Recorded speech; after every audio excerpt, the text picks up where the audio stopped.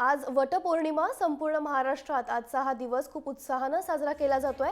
वडाळ्याच्या विठ्ठल मंदिरातही पुरातन वटवृक्षाचं महिलांनी पूजन केलंय। पारंपरिक वेशभूषेत पतीला दीर्घायुष्य लाभावं यासाठी महिलांनी पूजा केली। या ठिकाणाचा आढावा घेतलाय प्रतिनिधी सीमा दाते यांनी। आज महाराष्ट्रभरामध्ये वटपौर्णिमेचा सण अगदी आनंदाने साजरा होत आहे।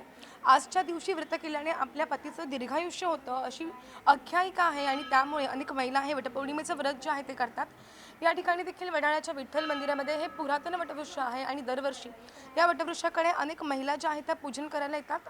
आज देखील बघू शकता तुम्ही की पारंपरिक वस्त्र परिधान करून या अनेक महिला ज्या आहेत त्या ठिकाणी उपवास करून या वडाचं पूजन करायला आलेल्या आहेत। आपल्यासोबत काही महिला आहेत त्यांच्याशी आपण बोलणार आहोत। ते काय सांगाल, एकूणच आज वटसावित्री आहे, काय महत्त्व आहे?